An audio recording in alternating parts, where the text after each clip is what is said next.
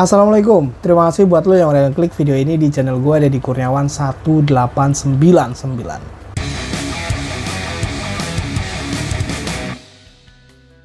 Slovan Bratislava versus AC Milan dengan skor akhir 2-3. Tiga kali berturut-turut ya. Ini soal ngomongin di Liga Champions. Beda lagi nih kalau di Liga Italia Serie A ya. 3 kali berturut-turut dengan rentan waktu yang beda-beda gitu ya. Terus udah gitu 3 pertandingan 3 gol, walaupun kebobolannya juga banyak. Ya seenggaknya itu agak sumringah gitu ya buat Milanisti. Jadi yang dimana tuh semua Milanisti itu pada keluar goa ceritanya, karena menang dong, walaupun lawannya Slovan Bratislava. Nah, ada yang bilang kalau AC Milan itu kembali ke jalan Maldini lagi. Ya ampun, move on dong. Maldini itu kalau ya gue nggak tahu ya, kalau misalkan udah ganti kepemilikannya, Maldini bisa balik lagi atau enggak, atau si Gary Cardinal pemiliknya AC Milan ini itu membuka hatinya kalau AC Milan itu butuh Maldini gitu loh maksudnya. Karena Milanisti itu sendiri yang gue perhatiin, bahkan termasuk gue, dan ngeliatin tuh pengennya tuh Maldini membenahi, Maldini yang sukses, Maldini bla bla bla bla, yang bisa membawa AC Milan balik lagi ke masa jaya-jayanya AC Milan. Ya yang kita udah tahu kalau AC Milan di Liga Italia Serie A ataupun di Champions League udah menjadi tim mediocre. Lo harus pahamin dulu nih. Ini generasi milenial, kalau kayak gue gini generasi milenial udah lumrah, udah paham, udah terima legowo apapun hasilnya gitu. Nah, gimana dengan generasi berikutnya, kayak generasi Gen Z gitu, yang harus kayaknya generasi Gen Z tuh susah banget gak sih untuk suka sama Liga Italia Serie A? Gak usah AC Milannya deh, Liga Italia Serie A-nya dulu. Entah lu suka AC Milan, entah itu lu suka Inter atau Juventus atau AS Roma, bahkan sang penantang baru lagi nih, bukan penantang baru, maksudnya Napoli gitu. Ada nggak? Itu aja tuh yang dipertahanin. Jadi masuk lagi ke pembahasan utama soal AC Milan ke zaman Maldini. Nah, ini gue nggak tahu ya, orang-orang berkomentar di sebuah akun di BeIN Sport Indonesia. Kayaknya tuh AC Milan kembali ke zaman Maldini, bukan kayaknya, AC Milan kembali ke zaman Maldini lagi nih gitu ceritanya. Terus dibales, ada apa dengan ada apa dengan Maldini Gan? Ya Allah, ada apa dengan Maldini Gan? Masih pakai Gan tuh kayak kaskus. Apaan dah, lawan 10 pemain aja sulit. Mungkin kalau Slovan tetap 11 pemain bisa seri tuh.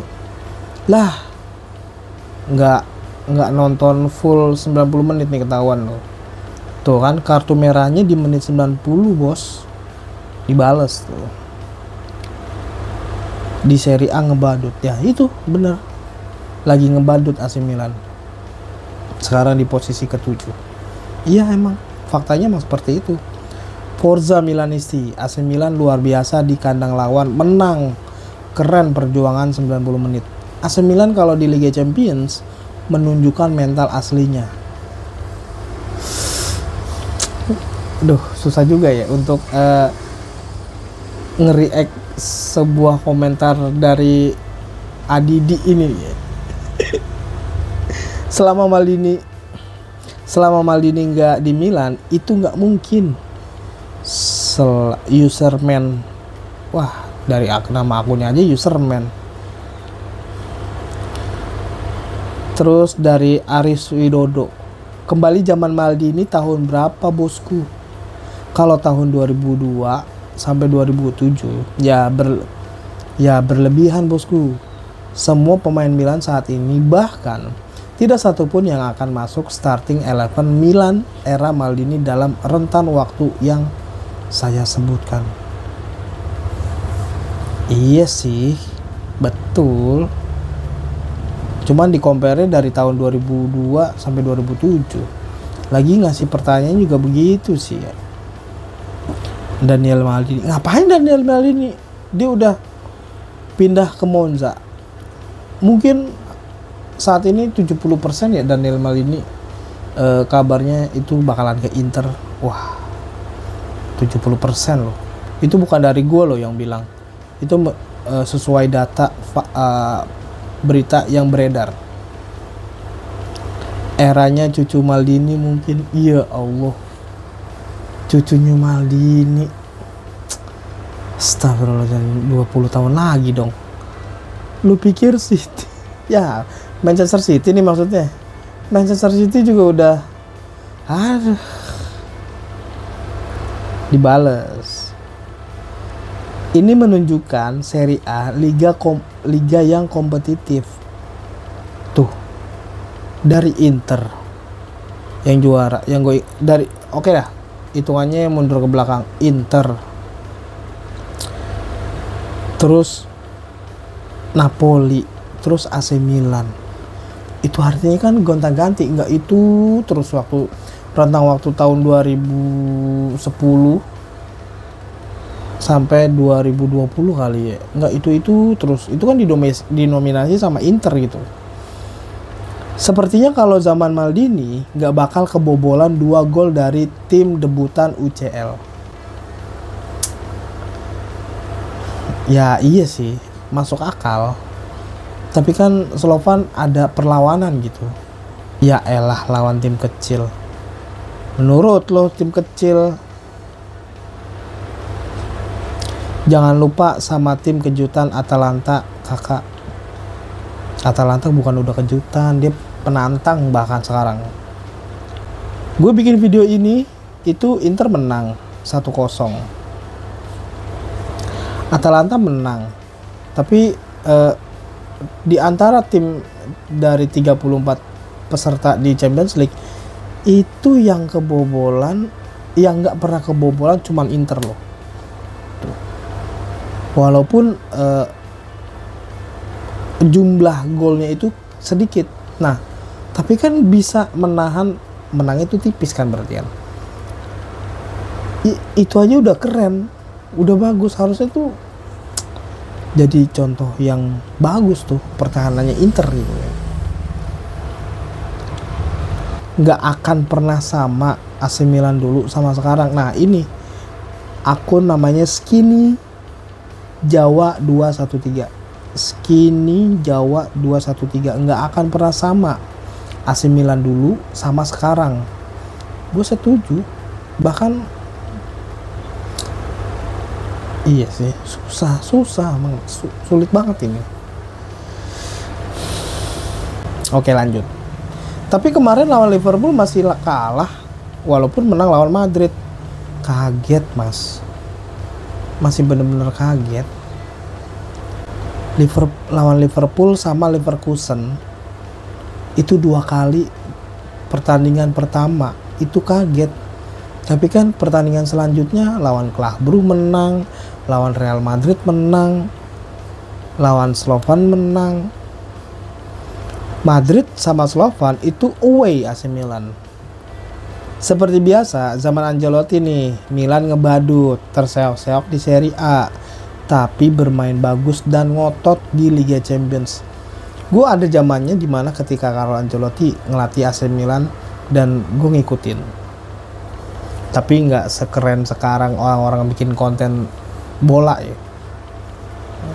Karena waktu itu masih zamannya one stop football gitu ya. Itu pun seminggu sekali gitu. Susah. Nah tapi untuk seperti biasa zaman Carlo Ancelotti nih, Milan ngebadut terseok di Serie A, bermain di bagus dan ngotot di Liga Champions. 2022 menang, 2005 runner up, 2007 juara. Berarti rentang waktu 2000 sampai 2010 itu AC Milan 3 kali final. Ini berarti bagus kan? Itu waktu zamannya lagi prime-prime-nya, dan akun-akun yang setuju pasti setuju gitu ya, bilang kalau AC Milan, bukan AC Milan doang, Liga Italia ketika itu lagi merajai Eropa pada zaman saat itu. Makanya dibilang DNA UCL masih melekat sampai sekarang untuk AC Milan. Nah tapi kan seiringnya berjalannya waktu tuh ya lu lihat aja lah, gitu-gitu aja, nggak naik-naik. Ya semoga aja sih tahun ini kalau gue bilang ke final bohong dong. Realistisnya ya yang pendek-pendek aja kali ya. Ya realistisnya lolos aja dulu dari 34 peserta ini. Gak usah muluk-muluk. Oh dibales nih, 10 pemain waktu sudah 90 menit. Mau kritik tapi nggak lihat menit keberapa. Kocak Gen Z. Oke, betul ini. Setuju gua. Iya, dia cuma ngelihat mungkin di aplikasi yang biasa gue bikin konten. Aneh bener nih. Susah kocak Gen Z. Ayo dong, coba Gen Z main nonton lah 90 menit. AC Milan main aman banget, kayak takut ada cedera dan akumulasi kartu. Secara tontonan mengecewakan. Kalau sedikit lebih berani, bisa menang banyak kayak Atalanta dan Arsenal. Bang, namanya main bola itu pasti kayaknya ada takut cedera nggak sih? Bahkan nih mungkin efek dari jeda internasional kali mas. Walaupun nggak banyak yang dipanggil ke tim nasional pemainnya AC Milan, kan mereka menjaga fisik, soalnya deket-deket banget gitu rentang waktu untuk matchnya gitu ya. Kayaknya gitu kali ya, koreksi kalau gue salah gitu. Harusnya perlu banyak koreksi lawan klub antah berantah hampir ditahan seri. Iya sih, iya, harus lebih banyak koreksi tiap lawan. Nah ini buat pelajaran juga kali ya soal sama Paulo Fonseca. Karena sebelumnya kan, sebelum lawan Slovan ini kan lawannya Juventus, yang dimana tuh jaraknya tuh deket banget, 3 hari lah. Yang sebelumnya lawan Juventus, AC Milan lawan Juventus itu membosankan, pertandingan yang membosankan. Terus kali ini adalah pertandingan yang mengecewakan. Tapi kayaknya hanya beberapa orang doang yang bilang pertandingan ini tuh mengecewakan dan membosankan. Justru malah lebih banyak yang gue lihat lebih seneng lihat pertandingan AC Milan ini lawan Slovan. Dari Gilang Rudiansah, klub sebesar AC Milan berada di urutan ke-7 klasemen. Ya kali nggak terpuruk, bisa-bisa tahun depan nggak bisa tampil di UCL. Duh. Oh ini di Liga maksudnya ya. Kalau di Liga gue rasa mungkin realistisnya adalah AC Milan itu gimana caranya untuk nggak usah muluk-muluk Scudetto, rebutan juara, rebutan posisi keempat, itu aja udah yang paling realistis. Nah gue percaya itu AC Milan bisa bangkit dengan kualitas pemain yang ada sekarang di bawah kepemimpinannya, kepelatihannya Paulo Fonseca. Jadi kalau dibilang perjuangannya AC Milan di Liga Italia Serie A, terus di Champions League, belum di Coppa ya, belum juga di Super Coppa Italia nanti di, kalau nggak salah di awal bulan Januari ya, kalau nggak salah ya. Itu ada 4 tim, Juventus, AC Milan, Inter, sama Atalanta kalau nggak salah ya. Gitu deh. Ya adalah sekian dulu terima kasih buat lo yang udah simak video gue dari awal sampai kelar di channel ini. Deddy Kurniawan 1899 ngebahas berita bola AC Milan sesuai kebutuhan di Champions League. Ya udahlah, sekian dulu. Terima kasih. Gue Deddy Kurniawan pamit. Assalamualaikum. Jangan lupa makan dan jaga kesehatan lo.